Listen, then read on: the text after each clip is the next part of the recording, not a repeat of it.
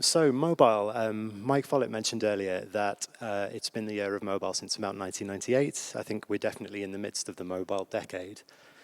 But what are the metrics and the attention metrics that are really going to make a difference? I'm going to be joined today by an expert panel. I'm going to throw over to you to introduce yourselves.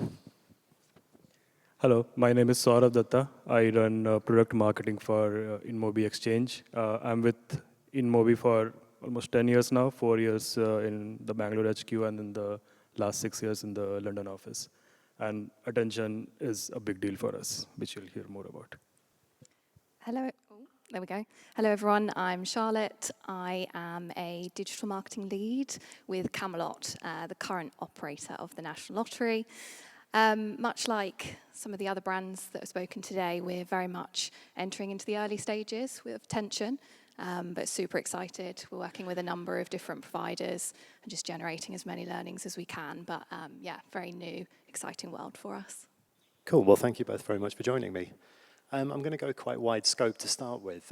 How do attention-based metrics, engagement tracking, dwell time, etc., how do they really ply the advertisers with the insights they need for their mobile advertising campaigns? Charlotte, I'm going to throw to you first. Yeah. So from our perspective, as I said, we're working with a few different providers at the minute. But first, creative. We're learning more than we ever have before, especially where in the past it's been talked about a lot today, but we've been reliant on viewability, VCRs, CPMs, actually really getting behind and understanding creative. So through Lumen, actually running a lot of spotlight tests to understand, I guess, what's happening, right, across each of our different creative formats and units. We're also using attention, I suppose, just to generally understand across all of our paid marketing activity, how are we performing versus benchmark? It's a brand new world, as I mentioned, and we've always had that assumption that we have about 3 seconds to grab that user's attention, but really starting to see it come to life has been quite eye-opening, I would say. Excellent. And Suarav, how are you seeing this at the moment from your point of view, from the InMobi point of view? Yeah, so from our side, because we are into a platform play, our philosophy and our strategy is to work with everyone who is doing work around on attention. So we are working with Adelaide, Lumen, IS, Double Verify, and what have you, to ensure that the customers who are then using these capabilities can have access to media at scale. And we are going deeper into thinking about in-app specifically and looking at multiple formats, so helping. It's like a co-build opportunity most of the times, where we are going deeper and trying to build out something for in-app. Parallelly, the other big initiative on our side is, we have heard standardization is a big problem, and we appreciate that. And then we are working closely with other partners through IAB Tech Lab and trying to represent the in-app side of things on what would standardization look like. And there are some other sensor level, all privacy compliant R&D activities that we are also working on for our partners. Cool, and yeah, I think we're going to touch later on the misconceptions between in-app and mobile and how that really shakes out. Just to let you know, actually, before we go on, there is a poll attached to this session. If you want to get involved, kind of taking the temperature of where you are with your mobile measurement, we'll dig into that a little bit later. Charlotte, from the Camelot point of view and the work you've done so far, do you have any specific examples of success in the area, how you've executed campaigns, etc.? Yeah, as I said, we're very much in our early stages. I suppose learning as much as we can. Creative development has been a big area of focus. Really understanding the differences in attention between different formats, different units. I think we're quite limited in a mobile world as well. And I think where previous we would have lent in more to, for example, mobile sticky banners and the small units and small formats, actually seeing the results coming through from there and realizing, wow, we need to be doing a lot more to really grab that user's attention and improve, I suppose, our messaging and what we're trying to put on it. I suppose across the world of creative, yeah, so I've mentioned sticky banners, but also into-scrollers, skins, building those learnings and then shaping our strategy for moving forwards, subject to the campaign, subject to the brief and what we're trying to achieve, and then building out that plan accordingly to I suppose, lean in and deliver against more of those formats. The balance is potentially seeing more of a higher CPM, if you would like, but it's that sacrifice of greater attention, but for maybe a higher CPM. I suppose equally, I've mentioned some audits and I suppose testing we've been doing with Lumen. We've really been trying to get behind our channels and our partners, as I said, and understand how we're performing versus the benchmark, so that we can be leaning in more and trying to make a change. So for example, I suppose our key areas of focus are platforms like TikTok, Snapchat, Instagram, are currently seeing, lower attention scores, but makes sense, I suppose, in that they're very fast-moving mobile worlds. So going back to your original question, I suppose, changing up our strategy for how, leaning into each of those platforms, what do we need to be doing differently? How can we be delivering a better output? Yeah, and that's a really interesting point in terms of the formats that you're using that are working is the mobile attention span and what we are, what as an industry we're working with now in terms of those formats, those platforms. It's obvious that mobile users have a shorter attention spans. I don't think that's too contentious. But Suarav, how do we adapt to this and how do we find success amongst a shorter attention span format platform? Well, let me start by saying that is not true for all formats. I think Mark from DT showed that slide where rewarded video had higher attention than TV. But let's assume a case where you look at in-app video overall, and that might have a lower attention than TV. But attention is not standardized as well. Like I was chatting with Mark from Adelaide, and he was talking about how channel vertical level, you can expect different attention cutoff or benchmark. So, that is true for something like, in-app CPG versus a CTV. CPG will have different attention benchmark, and that would also result in how the CPM is turning out to be for that impression.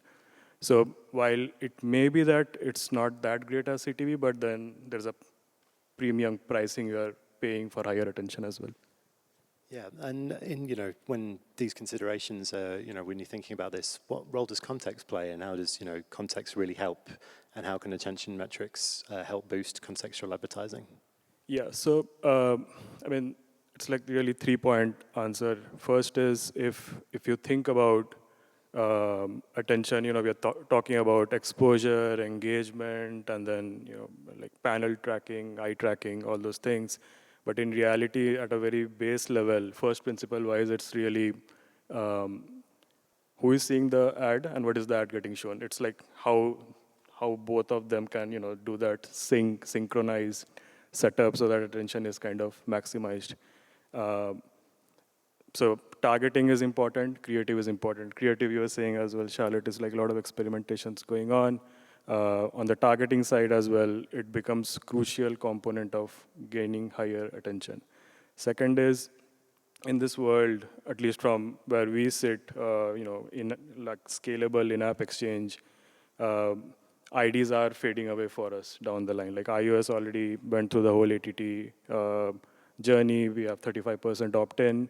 But whenever privacy sandbox gets rolled out for in-app, we expect 100% of the GP IDs to go away. So IDs are going away. And in that setup, we are, from a company strategy point of view, thinking about like a whole spectrum of solution, where on one end, you would have ID-based audiences. Then that's like precision, high precision, but low scale.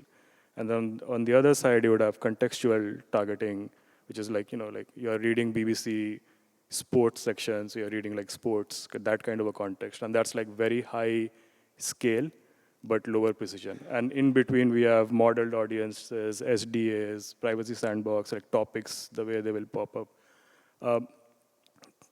So it's like a spectrum of solution. We are putting in a lot of AI effort as well. 70-80% of our AI resources are plugged into solving for this because it's important for us. The third is attention is more or less, our hypothesis is directly correlated to precision. The higher precision you can get, the more attention you can grab. But then you have to decide between what is that right mix of precision and scale, like what works for you, and then while meeting your attention goal and metric as well. So that is how we tie everything together. Yeah, I want to come back to a point you made earlier, Charles, actually, in terms of the noise and the banner blindness across the industry, the competition. How are attention metrics helping cut through that and really helping advertisers define how they work? Yeah, I think this is a really interesting one, and obviously it's been talked about a lot today. Users are taking more control over their privacy, and rightly so. A big blocker, I suppose, or hurdle for us was Apple's changes, and 14.5 was a big area of development, particularly in the mobile, particularly in the app space. But I suppose what we're using attention for is just to understand and really delve into the detail of what is working and what is not. As I said, across different partners, different providers, how are we currently scoring versus benchmark and versus the attention average, but also, as I've mentioned, across different formats. One that is an area where we've previously been quite reliant on certain formats, as I've mentioned earlier, which deliver the lower CPMs, but actually people aren't seeing, they're not taking note and they're not engaging. Typically for us, I suppose it is the larger formats that drive that higher attention and more engagement, particularly into scrollers. And we also do a lot of work as well with the Digital Turbine guys, which there was a session earlier today, particularly those bigger units which really stop a user and grab their attention. But we can't be reliant on those. So I suppose in answer to your question, it's going to be an interesting, evolving one, and one where we're just racking up as much insight as possible. Cool. And Suarav, from the the in-app perspective, how can attention metrics really help how can formats help capture different attention spans? Yeah. See, our point of view is, large-scale formats, as Charlotte was touching upon as well, like video, full-screen interstitial, they inherently will provide higher attention, but then banners give you probably lower attention, but they come at a lower price. So again, it's like, what do you want? Our job as a platform is to be able to provide the capabilities for the buy side to do that buying on our exchange. Cool. Attention's a huge area. Obviously, we have a whole day dedicated to it today. I'm just wondering what are some of the misconceptions, preconceptions, challenges that you have faced when discussing attention. Suarav, what do you think? Yeah, the biggest challenge, as we saw in that poll, is standardization. Sitting from where we are, we see that buy side is not being able to come together and say like this is how it is. And it was a good debate around why standardization is good and not good, and that's fine. With our philosophy, our job will be to ensure we are catering to the customer's need, and if standardization is the way to go, we will represent the in-app side of things and make that happen. So that is the biggest challenge for us. I think misconception-wise, one misconception that we have been working towards for a couple of years, and I think we are still a long way to go, is when we look at mobile, we need to be able to break mobile into mWeb and in-app because they are very different real estates. It's a very different experience. The attention numbers will also be different. So when we are talking to our customers, we are talking to our partners, we are educating them and trying to co-build on making that segregation happen, because you will then be able to build a better strategy around media planning around that. Yeah, and so Charlotte, what do you think are some of the misconceptions, challenges maybe around the industry and attention? Yeah, so I suppose coming from a brand point of view, I was talking about it earlier, I think the challenge is definitely a few. Adoption, certainly starting to have those conversations internally with creative leads, creative experts, and really bringing that insight to life. I think another one for us is, I suppose, what's the universal product Speaking transparently, there's a number of different providers, a number of different platforms. So many people are now talking to us about attention, which is brilliant. But who best do you go with? Who's offering the best solution without being in a position where you're evaluating attention across 4 different providers and having to work out the differences or the discrepancies between them?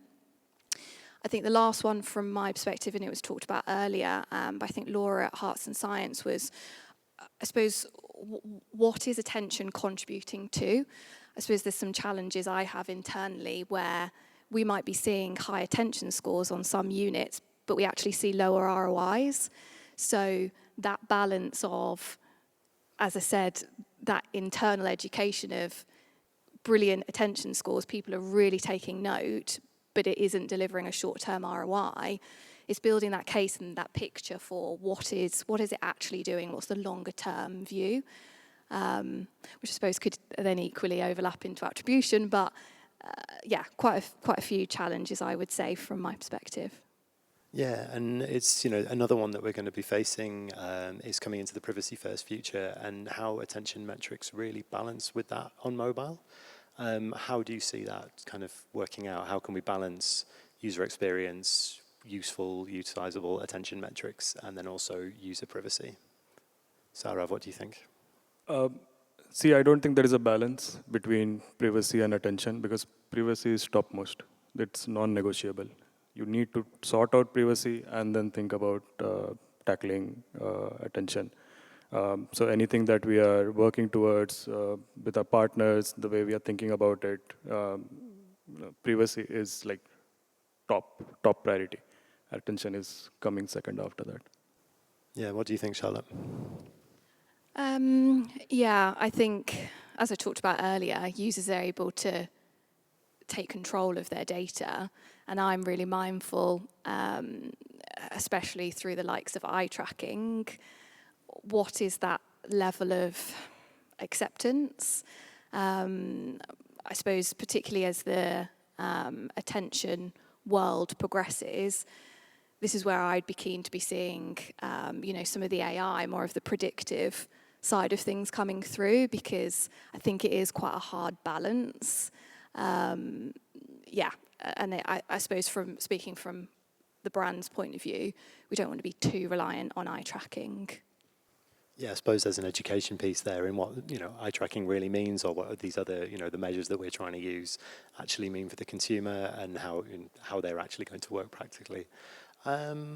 So we're going to finish up in a second. I just want to do a little bit of future gazing with you before we do. Suarav, what is the top trend that you'll be looking at for 2024 in attention? I think the top trend will be to hopefully reach a consensus around standardize or not, and if yes, then go for that standardization. So I think I heard from someone representing us in that IAB Tech Lab chat, Kiri sitting there, that there is a high level alignment that standardization will probably happen by end of the next year if it goes through. So that will be one, and that will then help increase the adoption as well dramatically. And then the third prediction will be around how attention and targeting and creative, all this comes into an orchestra party and maximizes the ROI for the customer. Cool, excellent. And your thoughts? What are you expecting to see for the next year? I think it's a really exciting, evolving world. As I've mentioned, getting towards that universal product is one that I'm really, really keen to see across all media. AI, I've already mentioned, but that use of prediction, I think, is going to be really valuable. And pre-testing, I think it was talked about a lot earlier, but where we're evaluating is definitely post. So getting into that view of before the media activity is launched, a real clear view and indicator of what's happening is going to be a really exciting one. Cool. Well, to that end, can I bring up the results of the poll for this session, please? Fairly even split on this. So yes, it's a key metric, 35.7%. No, not at present, also 35.7%. And we are planning to introduce this over the next year, 28%. So what do you make of that, Suarav? Is that kind of match with what you see across the industry at the moment? Yeah. I think we are solving for those 65% right now, but it's changing. We are solving for that 60% right now. More, okay. Still shifting. We're live. Let's say half and half. Half of the group is saying it's mainstream and it's going to be used, and we are solving for that. But our job as a platform is also to educate the second half on what it means for them and how can share them the best practices so that they can take a right call. If I keep on speaking more, I think it will change again, Charlotte. Charlotte, yeah, this matches what you are seeing. Yeah, I mean, it's still changing, isn't it? But I suppose it somewhat sits in line with our approach at the minute. As I said, we're very much in the early stages of attention. Mobile and app is definitely a focus. Does it need to be more of a focus? Yes. But I think there's more to do together, if that makes sense. So I'm not surprised it's evenly split. Yeah, yes, no, maybe. Excellent. Well, thank you so much for your time, both of you. Really interesting insights. And thank you all very much for listening. Cheers. Thank you.